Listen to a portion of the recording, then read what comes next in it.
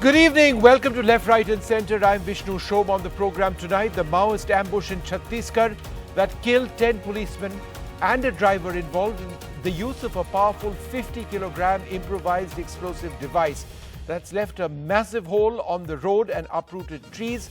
Is this a sign of Maoist resurgence at a time when the government has wiped them out from several of the areas that they used to operate in? That's our top debate. We've got some of the finest police officers in the country who join us for that.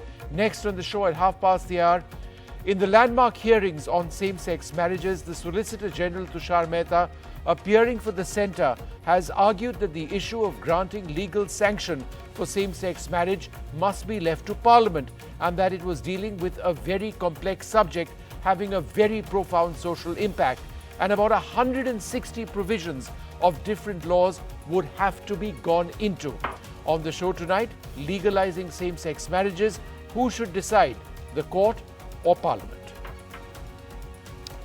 But let's turn our attention now to our big story, and what we are looking at is that horrific attack in Chhattisgarh that has taken place, in which 11 people have lost their lives. So 11 killed as Naxals blown up a police vehicle over there, a massive improvised explosive device. Joining us now to start off, SP Vaid, who's been a former Director General of Police in Jammu and Kashmir. Mr. Vaid, let me come to you first before I go across to my other panelists. Your initial thoughts on this horrific incident which has taken place. Namaskar, Vishnuji. It's my pleasure to be with you here.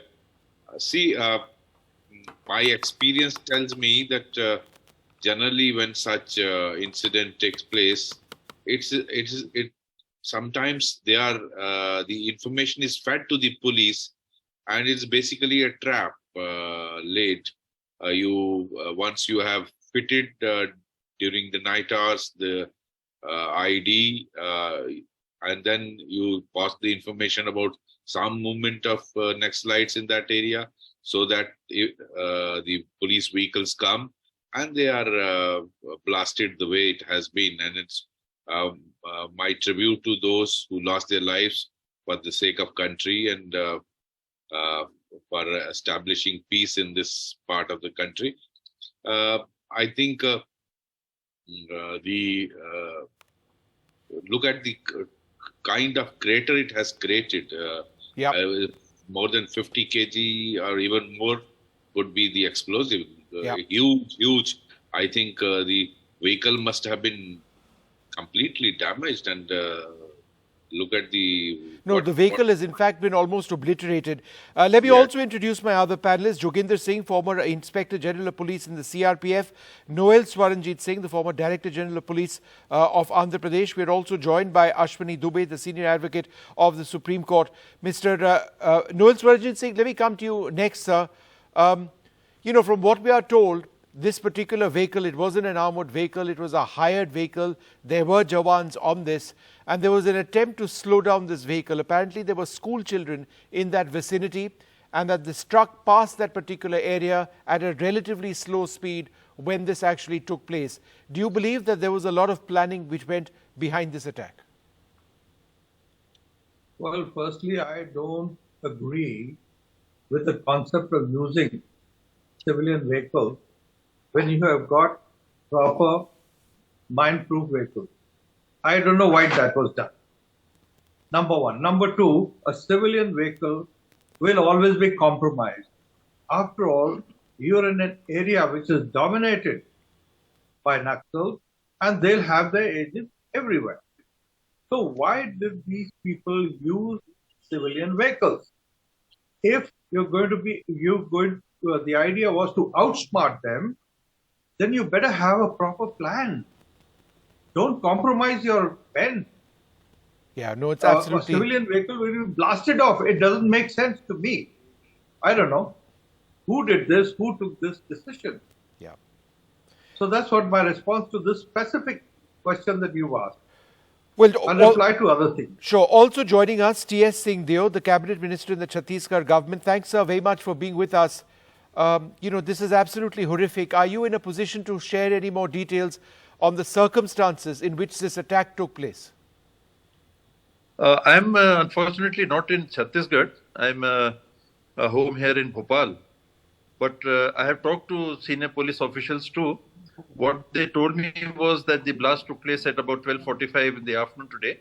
And the convoy was returning from an encounter that had taken place in the morning. And this is about 45 kilometers from the district headquarters, Dantewada, where unfortunately this vehicle, like the earlier DGP was mentioning, there was a civilian vehicle, camouflage civilian vehicle, which was being used. 10 police persons, all local boys, all tribal boys, were in the district force. They were martyred. 3 head constables, 4 constables, 3 informers, and one was the driver, Yadav. So we lost, unfortunately, these 11 lives today. Sir, is it true that there was an attempt to actually slow down the progress of this vehicle, and that's when this was actually triggered?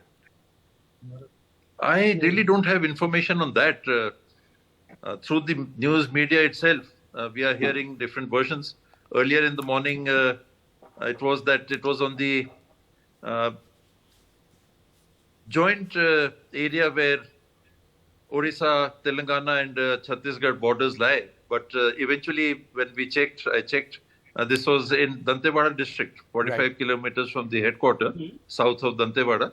So different versions have been surfacing. So far, I really haven't got any feedback on these vehicles being slowed down. I doubt if there could have been a planning of that level, though they could have taken advantage of the situation. That is very possible. Mr. Deo, in operations which the forces have now launched, has there been any progress in tracking down those who are responsible? I realize how difficult it is because Naxals, they merge into the jungles, they split into small groups, and catching them is very difficult. Do you have any idea of how large the group involved in this attack was? This was a tarred road on which this convoy of vehicle was traveling. I believe 7-8 vehicles were there, and 10 personnel and 1 driver in this particular rightly mentioned civilian vehicle, which was blown up. And obviously these IEDs would have been planted either while the road was being constructed or these days through these horizontal drills, which are useful for other purposes. These people are probably taking advantage of these and putting it there. So it was not an ambush. This mine would have been placed there. The expert I was hearing, he mentioned a 50 kg load. So it was a huge crater which has been formed. This would have been planted certainly earlier. So it would not have been people present there. Just a person somewhere joining wires as this vehicle crossed and we lost these lives. Mr. Joginder Singh, your thoughts in this, because this was a surface road, it was a tarred road, it wasn't a culvert. Culverts are vulnerable, explosives have been placed there many times in the past.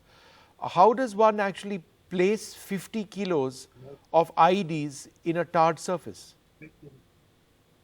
See, it is possible that this IED would have been placed when the road was constructed.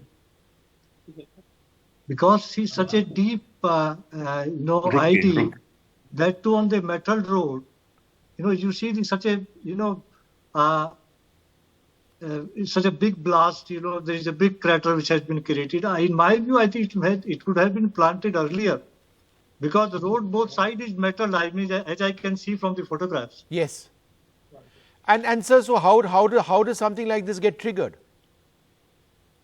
I think they must be having the wires and all those things. They would have known that this is planted here and all. That's what one can guess. Mr. Vaid, your thoughts on this aspect? It's a 50 kilo bomb, that's what we are told. It's a 12-foot crater. The blast took place from inside a tarred road. How does that happen? Because the standard operating procedures involve the movement of forces which actually clear out this sort of threat. Absolutely. In fact, the guideline is if there is any place where road has been dug, one has to be very, very careful. And though we in our area of Jammu and Kashmir, we have been seeing IEDs from the sides also. But here the crate is very visible. It has been definitely planted much earlier when tarring has taken place. I don't think it is a fresh case of planting of IED. And these wires must have been joined when this vehicle was crossing. Mr. Sen, the use of IEDs by Maoists in all of these areas, it's absolutely frightening, isn't it? Because it's not just the very large ones that we are seeing over here. The places where our police forces operate are often booby-trapped. IEDs are disguised. Sometimes they're very small explosives. Could you tell our viewers a little bit about the nature of the threat? Well, I would say that an absolutely new dimension has been added to the challenge of Naxal, because they have sort of booby-trapped a metal road. Now, such things we did not expect earlier. And so we'll have to find ways of how to detect it. I frankly feel that perhaps they would have drilled under or made a tunnel under this road so as not to disturb the surface, and nobody would be able to detect it prima facie. And they have planted this the explosives there. I don't know how people are going on saying 50 kgs, 50 kgs. How do you know how many, and how do you know what explosives? So blast diameter, is that an indicator, Mr. Sen? Well, could be certainly, but not for a layman. It could be for the forensic expert. But it could be. I am not saying it's not. But what kind of explosive has been used? I would say that perhaps we should wait for the forensic expert to pass his opinion. No, so this is coming from forensic experts who've been speaking to, who've been speaking to our reporters and the like. That's how that piece of information is sourced. I see. Yeah, so so that's their estimate is at 50. In fact, some say a little bit more than 50 kilos. And but so now police if you look at the epicenter of the, if you look at the epicenter, it's 12 feet, pretty much the entire width of the road. If you look at the epicenter of the crater, it's right in the middle of the road. If there was a tunnel, this essentially implies that the tunnel went at least to the middle of that road. Building a tunnel or constructing a tunnel would have been difficult. And there's we've not been told that they've detected anything of the sort. So that's something that needs to be looked at. Mr. Deo, I just wanted to come back to you on the larger issue. We've had a lot of success against the Maoist threat. The number of districts have gone down. The number of Maoists, hardcore Maoists eliminated have been significant. Do you believe that this is a resurgence in your state? Vishnuji, they are present. Just to try and put things in perspective, when Chhattisgarh was formed, we had about 5 battalions of central forces posted in Chhattisgarh. Today we have probably more than 60. And initially it was said that the main highway that goes north to south into Telangana, Naxalites had their presence on almost the entire region right of the road, west of the road. You see the road going north to south. The west was more or less in their control and the east not so much so. Today, with camps being placed strategically one after the other, a chain of camps are being placed in that region, and that has limited their area of dominance considerably. They are still there. Sukma, I believe, a lot of schools, a lot of other areas have been opened. Bijapur is very susceptible today. Narayanpur, Orcha, that is where their very, very sparse population and very large tracts of dense jungle. That is where they are. Roughly, when I was there in Jagdalpur about a month or so back, what I was told by the senior police officials was that we have succeeded to a great extent. Yet they are in a swath of, let us say, roughly 40 by 100 kilometers. So it's not as if they are not there, but they are being pushed gradually into limited areas, whether we call them corners or not, but they are being pushed back. They are being pushed back. So we are there. they do all these activities to again register their presence. This is pre-monsoon. We are there. They would be having demands. Sure. They would be trying to influence the villagers. Police persons won't, be as harsh with them probably as they are with informants. So, a lot of strategies which they adopt too. So, I think it is about registering their presence, unfortunately, in this cowardly way. Ashwini Dubey, your thoughts at this horrific incident which has taken place? Because I think the point that Mr. Deo was briefly alluding to is, these are Maoists who try and reach out to people who may not necessarily be attached to the Maoist cause, and under the gun are forced to actually join this cause. That's the way it's worked in this area. And therefore, the larger issue is, how does one actually bring development to places like this, where even constructing a road which benefits everyone is contested by Maoists? Yeah, that's the biggest threat, because government has made various laws have been passed, like the rehabilitation settlement policy, which was brought in 2007, then the Forest Right Act 2006, Chhattisgarh Special Police Securities Act 2006, various laws where they were asked to come in the main era and to join the mainstream and leave this violence. But they are guided by the people who are brainwashing them. That is why, despite the heavy presence of the police personnel there, despite the trained police officials, police presence, paramilitary forces, this is not being tackled. The problem is emerging on each and every day. Every day a new attack takes place, and then a new challenges emerge. Moment you be ready to face that challenge, the other challenge comes in the picture. So the police modernization, and the police should be trained with the guerrilla warfare which is required. And why I am saying that the Naxalite movement is the biggest threat to India in terms of the effects on its citizens and what it means for democracy and rule of law. And the state in coordination with the bordering states must come for a plan which is able to tackle this problem. Otherwise, you see, in past we have seen 171 CRPF personnel were died, then various senior officials were killed by the Maoists. Now again it will happen. So that is why needed, instead of making blame game, the policies are there. People want, government wants to bring in the main domain, main thing, but they don't want to come. That is the problem. No, it's not a blame game. I agree with you. It's something that needs to be sorted out. Mr. Sen, you had a point. Go ahead. Yeah, I only want to pose a point. Why has this happened now? Is there any significance? I would say there is. The union minister, he made a point that in 2024, Naxal will be wiped out. It's more a political statement which should be avoided. I think that has triggered the determination of the Naxals to prove him wrong. So let us avoid these kind of sweeping statements. They can always say, well, we are doing everything and we hope that by 2004, but to make a sweeping statement that we'll wipe them out. So I think it was a pointed attack. Now, what is the Home Minister going to do? Let us see. He better wipe them out now. Mr. Deo, what is the centre telling you? What is the strategy now in terms of operations over here?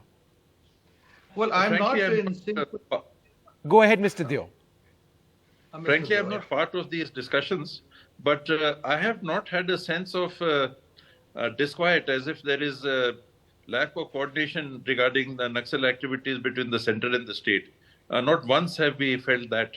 Otherwise, it would have come to the fore. So there is no lack of coordination between the centre and the state here. We may have been raising demands about return of funds, etc., that have been paid for salaries. Those are other issues. But regarding the core issues of strategy and working together, these past 4.5 years, I haven't really heard a whisper. So that is not an issue, and it has to be dealt with sensitivity. And like our DG mentioned, that more than bombast, it needs firmness, sensitivity, and a message not necessarily spoken in words, that we will deal with this and get beyond the situation. Mr. Ved, how does one even try and operate in these areas given this Maoist presence? Because India's response to this is twofold. Number one, we meet violent acts with our security forces, but the larger goal obviously is development. You want to build schools over there, you want to build roads over there, electricity over there, etc., etc. And yet you've got these groups threatening villagers in the area, villagers who remain out of the mainstream for their entire lives. And that's the key problem, isn't it, Mr. Ved? What are your thoughts? Absolutely, Absolutely. Vishnuji. It's the isolation from the mainstream that actually gets these people exploited.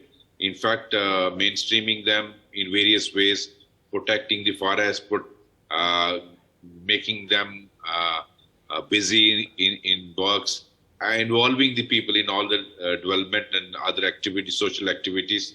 That is very, very essential part of it. As far as movement in this area is concerned, I think we should have mine-proof vehicles and bulletproof vehicles, not ordinary hired vehicles. That would be very, very dangerous, like what happened today. And a very close coordination with people is very, very essential to avoid such incidents. I think police needs to be very, very coordinating people's activities and very close to the people. Only then informations would be generated and you will be able to prevent such incidents. Mr. Joginder Singh, you've been an IGP of the CRPF. You would have worked over here very closely.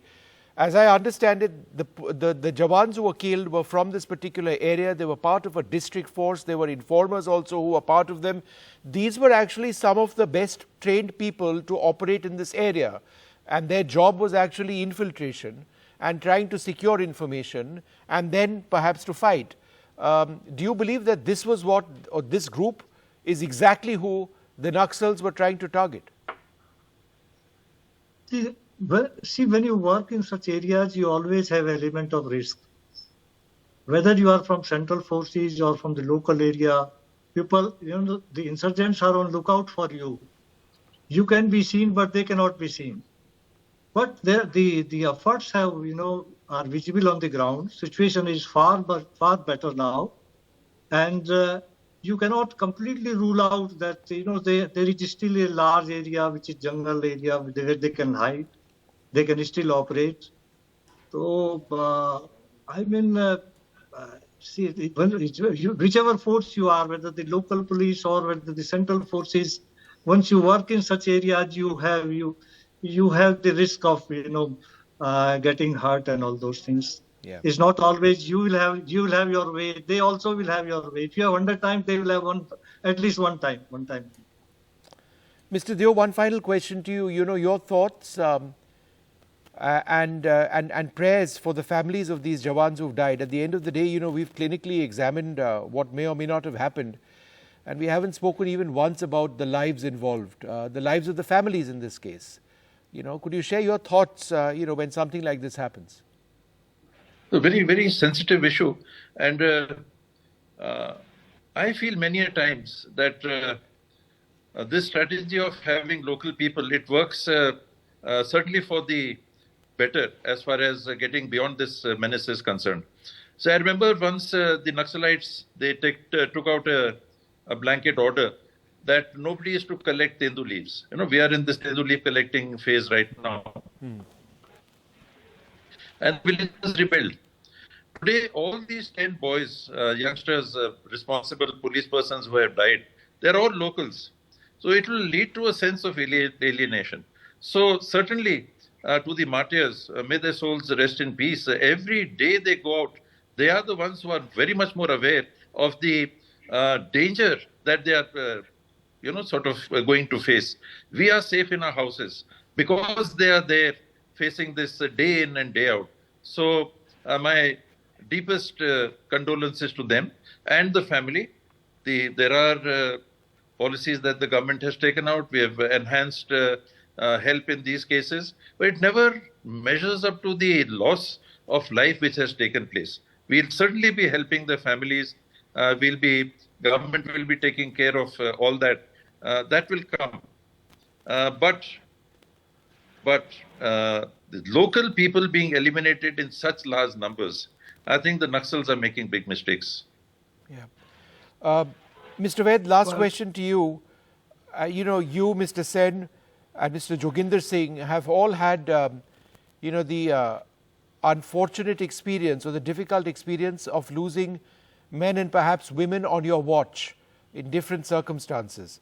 So, Mr. Ved, my question to you is, how do you actually deal with the force and morale after something like this happens? Vishnuji, as you see, setbacks in operations do one suffer. We all have suffered in Kashmir, we have suffered in other places, and same is true of Naxalite affected areas. But yes, I definitely agree with Mr. Singh, Mr. Deo Singh, the Honorable Minister, that we in J&K also had special police officers units working in the special operation groups. Similarly, the way local group is assisting the Chhattisgarh police, it does have both advantages and disadvantages. Now, you get a very easy flow of information, but then incident like this does have a demoralizing effect. But the Naxalites will also suffer disadvantage because the local villagers will get against them, and they will be put to disadvantage. So it actually cuts both ways. So local boys working alongside the police as a local unit, as it was here, I think it is very useful to the local police, and we had this experience both in Jammu and Kashmir and Punjab. But morale, the senior officers need to lead them from the front and see that those who are operating in that area do not get demoralized. They are provided whatever they need to be looked after, and proper treatment is provided to those who are injured. So all these things matter, including giving them out-of-turn promotions, giving them many other incentives like cash rewards and medals. All that is required for a high morale. All right. Look, it's so sad to be discussing this, and I'd like to thank you all very much for joining us. But I think as I end this particular segment, I just want to remind our viewers that in as much as we deplore this particular incident and, we condole the deaths of our brave police men over there, according to the government, and this is data from March 2023, so just a couple of months back, a month back, Naxal violence is down 77% in 12 years. Deaths in Naxal violence down 90%. If you look at Naxal affected districts, in 2010, and that was one of the worst years as I remember, there were 96 Naxal affected districts. There are now 45, right? So less than half of that.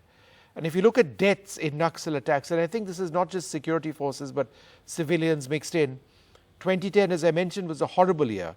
We lost 1,000 men and women, and in 2022, last year, that was down to 98. So India is winning this battle against Naxal terror, but incidents like this have clearly not gone away. We're going to take a short break. Up after that, we're going to be looking at the landmark hearings on same-sex marriage in the Supreme Court. We've heard what the petitioners have had to say. It's now the Solicitor General arguing for the government and why he believes that there needs to be legislation on this, not a ruling by the court.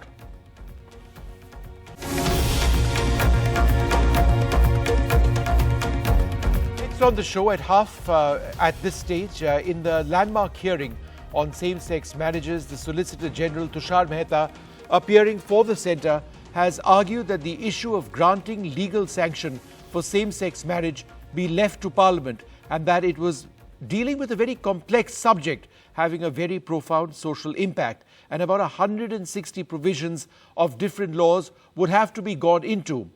On this part of the program, legalizing same-sex marriages, who should decide, the court or Parliament? We've had some fantastic voices over the last 1 week looking at this issue, and we've got great lawyers, same-sex couples, parents of those of LGBT children. So we're going to just go across to them. I'm joined at this stage by Yogi and Kabir. They are a queer couple who join us at this stage. I just wanted to understand, get your views on what the Solicitor General argued, any one of you, when he said that marriage is a socio-legal institution and that its recognition is necessarily a matter of legislative policy. In other words, it's not up to the court to decide, it's for politicians to decide. Do you accept that, either of you? Not at all, actually, but I partly agree with the statement. The first half of the statement does make sense, that it definitely is a very, very integral part of our society, and it should be dealt with all the more reason for us to be having these conversations. And it's not that the Parliament never had a chance to talk about it. And given this, that now that the courts have intervened and are ready to hear us out, I don't think that should be a problem in any way. We're not snatching away anybody else's rights. We're just asking for a more egalitarian society. And that I don't think is such a big thing. Okay. Akash Agarwal, let me come to you and also just quickly look at what the court said on another aspect. In fact, this was the Solicitor General who said, and I quote, "This bit about procreation being the major purpose of marriage is controversial." This wasn't a quote, to be sure, from the Solicitor General, but the argument which was raised is that that procreation is there for a particular purpose, and therefore, if there are males and females in a marriage, then that is not achieved. How would you respond to that? This whole idea of procreation is nothing but a polybull. The largest populated country in the world wants more procreation as a policy to give equal marriage rights. Are we going to witch hunt people who cannot procreate? Because there are cisgender male and female who can't procreate, and they have rights to have a child, to be adopted. If we cannot, or if we as individuals cannot be a part of procreations, how can adoptions can be a denial in the process, or equal marriage rights be a denial in the process? So the whole farce of procreation is nothing but a very conservative idea. Jha, Senior Advocate of the Supreme Court, with us. Mr. Jha, just on this one point, and it's one of the various points that actually came in, the bit about procreation being a major purpose of marriage. How do you respond to those who say that that procreation is an option, that marriage is much more fulfilling, it's not just limited to procreation? Namaste Vishnuji and every other fellow panelist. Vishnuji, I think the idea of seeking a right which only Parliament can give from a court of law, and that too in a heterosexual society, heterosexual system for homosexual couples, I think the idea is flawed. Whoever gave the idea to these petitioners are not doing any justice to the homosexual people altogether. Now, if there are bifurcations and if there are genuine demands or genuine requirement, who will fulfill that? I guess Parliament as well as state assemblies are well equipped to do that, and the Constitution clearly states that whoever is having the number in the Parliament will do it. Now you are asking the similar rights in the court forum. I think that is injustice, and that is what was pointed out by the Solicitor General. Okay. Now even if court is going to give them rights, what do you want out of it? What will happen to other rights? And that was another point which was pointed even by the petitioners. Now you cannot just say that, okay, let's consider it that, okay, we will consider it as person and not men and women. And that is why today it was rightly pointed out by the Government of India that we need to look into the aspects of the debate of the Constituent Assembly as well as of the Parliament when this particular act came into picture. No, but how can you suggest, Mr. Jha, that an act is, or the interpretation of that act is fixed? Interpretations change, society is dynamic, the nature of relationships have changed, acceptance has changed, and demands have changed as well. In fact, in earlier hearings, the Supreme Court mentioned this in different words, saying that interpretations of law and of the Constitution are dynamic. They aren't restricted to what we believed in the past. Yeah, so but then one thing which came into light today only was the argument happened in Parliament between 1952 to 54, and that was that even then the parliamentarian knew about the homosexual couples or for that point. No, but other there was no sexual demand for orientation same-sex marriage being brought to the Supreme Court of India in 1954. It is now. Yeah, so who will decide that the time is now and it needs to be changed? The parliament again. Definitely Because not that the is majority. No, not at all. Not at all. Not The the court parliament. which On can what change basis it, you not say the Okay, one parliament? sec, even one the sec. interpretation. No, I'm even sorry. I would even the interrupt. No, I See, would No, this is no interrupt. I'm interrupting. sorry to Hold interrupt. on, no interrupting. We've been having very pleasant conversations over the last 1 week on such a heated topic. Meghna Kulkarni, you're a parent of a gay child. You've written to the Chief Justice of India. What is your request or what have you pleaded to the CJI?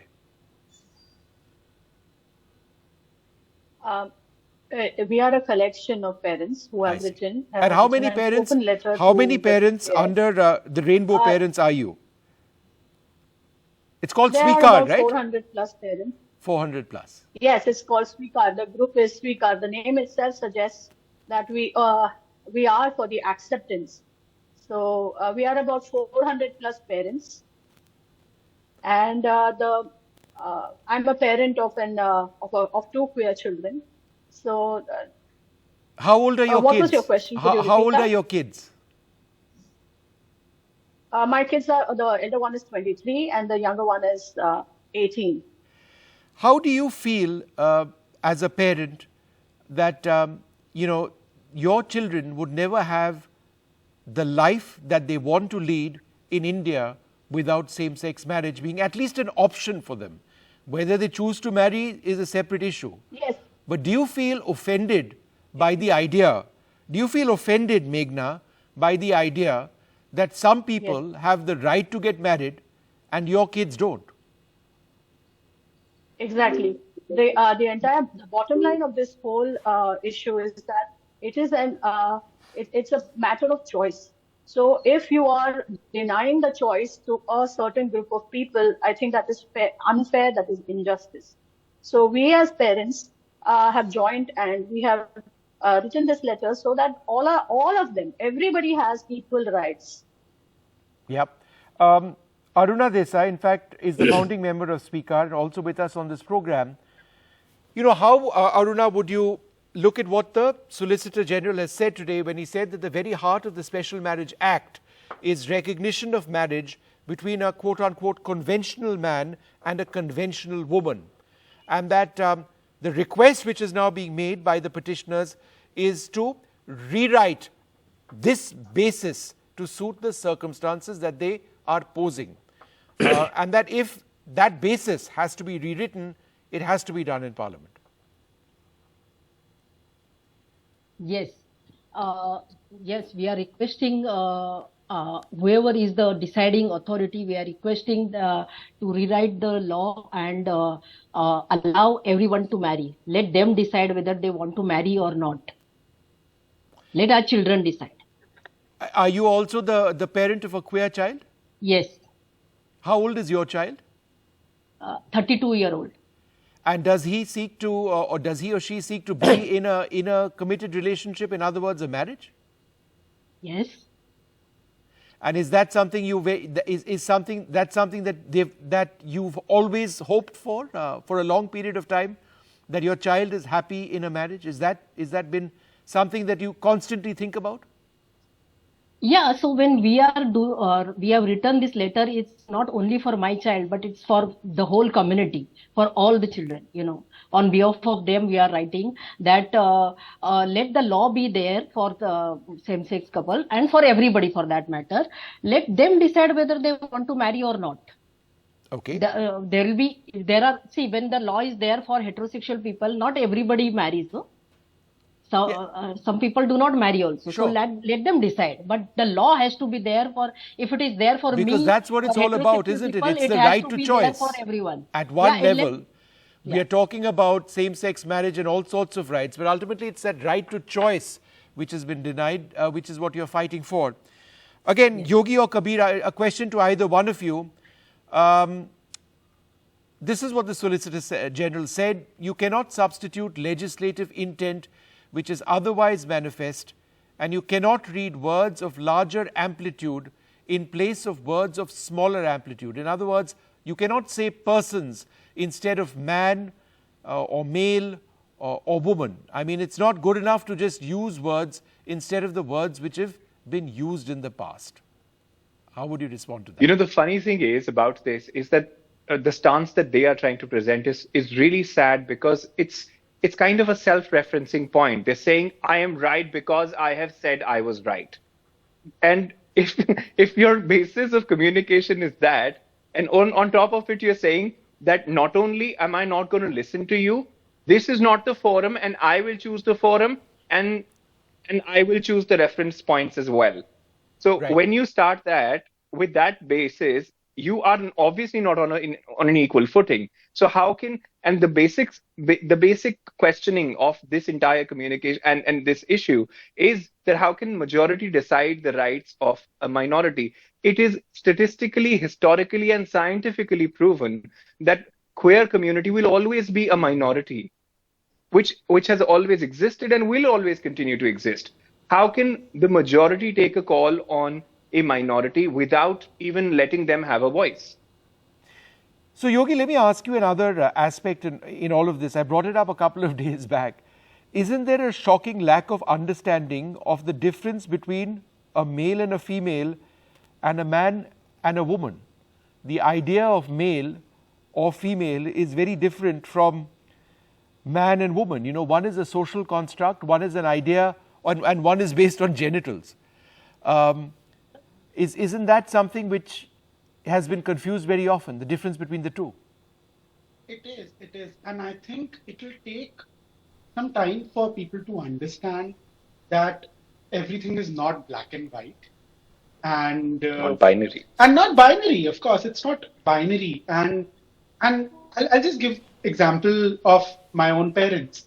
Like, I come from a very conservative Marwari business family. And for my parents to understand what Kabir means to me, what our relationship is, like we have been together for more than 7 years now. So from a point to saying that please just be friends, to now, okay, you are partners. So it takes time for people to understand, even for the loved ones to understand what what is the emotion behind a relationship, I feel. And I think that's something which will take some time for the society to accept. But for that, it's very, very important that this law comes into. Because the conversations will open up. See, the question that you asked about the men and women and female and male, it's the very difference of you posing this question to begin with and starting a conversation is letting people understand that there is actually a difference to begin with, which wasn't even talked about up until now. Why? Because of whatever conservative behaviors, lack of awareness. All of this will follow once law proceeds. Rahul Ishwar, you had a point. Go ahead. Two submissions, Vishnuji. I think we are all on the same page when we should say we should not have any homophobia and discrimination. And my deep respects to those parents who are supporting their children, even though I differ with them with utmost respect. That's a great gesture, because parents coming out and supporting will definitely have a much more impact to their community, and all the best to them.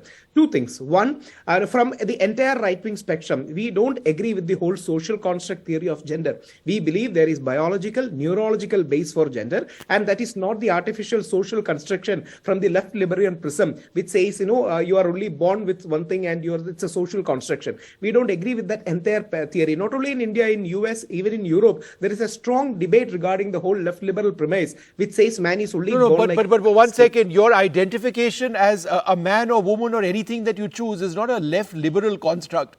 You can be extremely right-wing and still be gay. And you don't have to identify with being a man or a woman. You can identify with whatever you want. It's the a whole spectrum. idea of identification. Rahul, it's a spectrum. It's not left or right, queer or straight.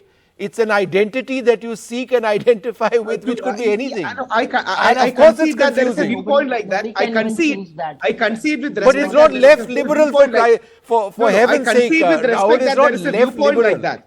But the whole idea of so-called identification, that you're only being identified as one thing or the other, is an idea that we all don't agree with. I mean, I am being very honest in saying this. This is at the base of it. I think he confused it with politics. People are born as male, female, and Right there and can left. be behavior that can be exceptions. That is never the norm. That's a variation in behavior that needs more education, sensitization, discussion. But we absolutely disagree with the Honorable Chief Justice of India point of view that there is absolutely no biological man or woman. And that's taking it too far. That is non-scientific. That is not academic. There is a no, that's not what he said, Rahul. He said that,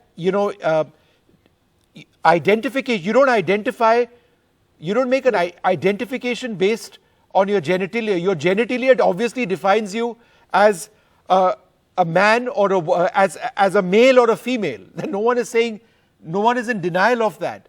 But what you choose to identify with in terms of your sexuality is a very different issue. That's what he was pointing out. I mean, with due respect, he is our Chief Justice, so all due respect, but we all know he's a progressive person, progressive in quotes, and a liberal person. So we know where Chief Justice is leading this to. All respect to that. If a verdict comes, we are all bound to respect too, because it's the law of the land, and Supreme Court is the final, watchdog of our constitution, and the final, interpretation is coming from them. But, more discussion and debate needs to be there. Only two submissions. One, social acceptance is as important as legal acceptance, or sometimes more important than legal acceptance. So there needs to be much more discussion, deliberation, sensitization, education, more kind of conversation that mainstream media can definitely help the homosexual community in doing. Second, there are three main apprehensions. One is nature, one is culture, one is future. So there are also legal aspects like adoption, nature, culture, and future. All right. These are the three aspects. So you may agree or disagree with it, but these are the three broad. No, that's fine. Akash, would you like to come in?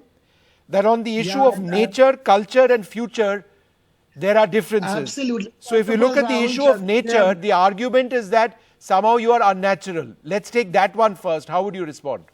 Yeah, first, let me tell Rahul that don't worry. There's so many Jai Shri Ram people back here in our community. Don't worry. We're not all liberals. We're very much voting for your space and your identity. It's that you are losing on those people who have been very much pro to the government. Don't forget that. You're cutting down your own people because there is a community full of right wings too. First. Second, and I'm going to take 2 minutes, Vishnu, I'll say Go this. ahead. Well, Shashank mentions the parliament space. They somehow forget the fact that the parliament has only 40% people who are in majority, not 100%. And because they have a 40 to 45% parliament majority, they think they can go away and win what they wish to and bring in whatever policy they can.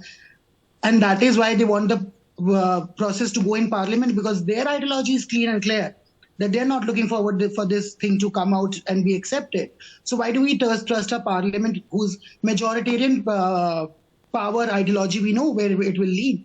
Third, when you call out nature, culture, and future, in which nature does it say that the whole idea of nature is only to procreate? Because if it is so, then whereas a man is procreating, he's just a supposedly supportive procreator, right? And what about that nature which is getting imbalanced with orphan kids on road, with system collapsing, with no food, education, and medical care for these kids? When you talk about culture, have you forgotten the Mohini Roop of the Vishnu who transcends from a man to a woman, gets married or gets into a space with Shiva and procreates Ayappa? Which culture are you referring? Are you not referred in space with Khajrao? Are you not in touch with Ardhanarishwar? Future, as I said again, future of a nation depends upon the population. That will be the workforce we're coming from. That fear of future is also about that one fine day the right conservative speaks about that there'll be a Sarvanash. So should we have a Sarvanash right now? If there's so that fear of future, almost like how fear of future is being said ki Hindu khatre mein hai. Now the so-called future fear is of heterosexuality khatre mein hai. It's absolutely farce. Okay, one sec. You made lots of points, and I want Shashank has been waiting patiently. Reply to some of them. I think the last point he made is so important. What is there to be scared about? If the law protects us all, and if the law protects those who are queer, right, and if the law is made to ensure that rights are secure for everybody, then what do we have to lose?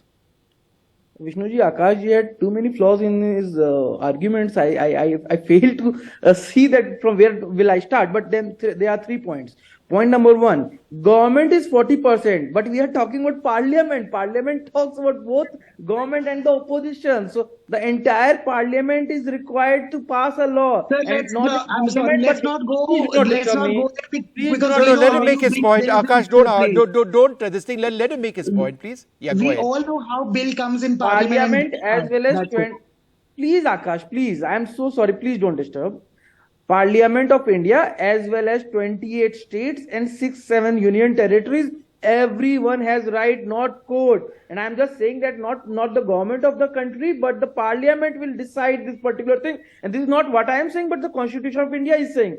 Point number 2, when you are comparing Mohini avatar of Vishnuji or Ardhanareshwar of Shivji, you need to also tell the audience of NDTV here that not single instance of same-sex marriage in the entire history of Hindu civilization ever has been recorded. Can you name a single homosexual marriage taken place? No. And point number 3, when you are talking about the welfare I had a couple last point on my program last week who got married, and they said that I don't give a damn about whether it's recognized or not. Third point. No. But then if they are putting this point, then I will have to ask the counter question. And point number 3, the welfare of the child will not be decided by the parents, but for the child, it will be decided by the state. And that is the basis of the Juvenile Justice Act of this country. That is the basis of the Guardianship Act of this country. And that is the basis of the entire Hindu marriage system in this country. If you go through the history of marriage in the Hindu society, which is also the basis of the Special Marriage Act, the marriage system started not for the welfare of the husband, not for the welfare of the wife, but for the welfare of the child. So it will have to be decided by the state. And so therefore your assumption, the point you mentioned about the Special Marriage Act, and personal laws, of course, that is important, and that is the heart of this debate, and I suspect it's going to be a ruling which is going to be looking at all of that very closely. But I think respectfully, Shashank, to suggest that a child who has gay parents is going to suffer or does suffer, that's just not based on anything. I'm just saying that we do not have proper data to even Why? evaluate. Of course there's data. No, there is no data. Of course there's data. There are any number of studies. I will forward you the studies. So can that study force the court of this country to formulate a new law? No, in fact, no, but just to the point that children of those of gay parents, right, will somehow suffer, somehow not be able to develop properly, psychologically, etc., will not have proper role models. But that is for the state to decide. No, but I'm just saying that argument is not correct. I mean, it's not factually correct. My only submission is that there are so many examples of children, for example, I mean, who've been absolutely fine. But let me not be the Vishnu, guest on my own program. But the very fact is this that you may be completely right. Us? We are also kids of a cisgender mainstream society. You may be completely right. The only point is, are we airdropped from somewhere? Are we airdropped from somewhere, and we are not the children of a cisgender society? We are. And what are you leading us to? To a homophobia like this? To creating barricades for us to live and grow? What will you give to other generations if you cannot give it to your own generations right now? There is people who are working in Swikar, there are Yogi and Kabir, 2 corners. One is parent, the other is a couple. And both are on the ends of misery because you think we are not worth of equal rights. So no. The future is inclusion. This is completely wrong. The Act of 2019 for transgenders includes everyone. Point number 1, there is no discrimination at all. As far as the marriage rights is concerned, you, me, Vishnuji, Akashji, anyone in this panel, this 140 crore population or for that point judiciary is not having that power to do that. And how they are demanding it? They are demanding it to change the heterosexual system which is based on the religion and the culture. My only point is, if there is a genuine demand, and if there are welfare of heterosexual system, we're not changing. I'm sorry. It's a system for human beings. Exactly. It's not a heterosexual system. Just because it's majority doesn't mean that you claim has been put in the code. All right. Okay. Look, I'm out of time now, but it's been fascinating conversation, and I'd like to thank all of you very much for being with us let's see what the court has to rule in, because there is a great deal of validity in what the government says when it says that it's not just a ruling on same-sex marriage. There are lots of other aspects which need to be looked at to ensure that rights which exist right now to heterosexual couples are granted to everybody else as well. Will the court be able to decide on that? Does it need to go to the legislature? Out of time from all of us here. Good night.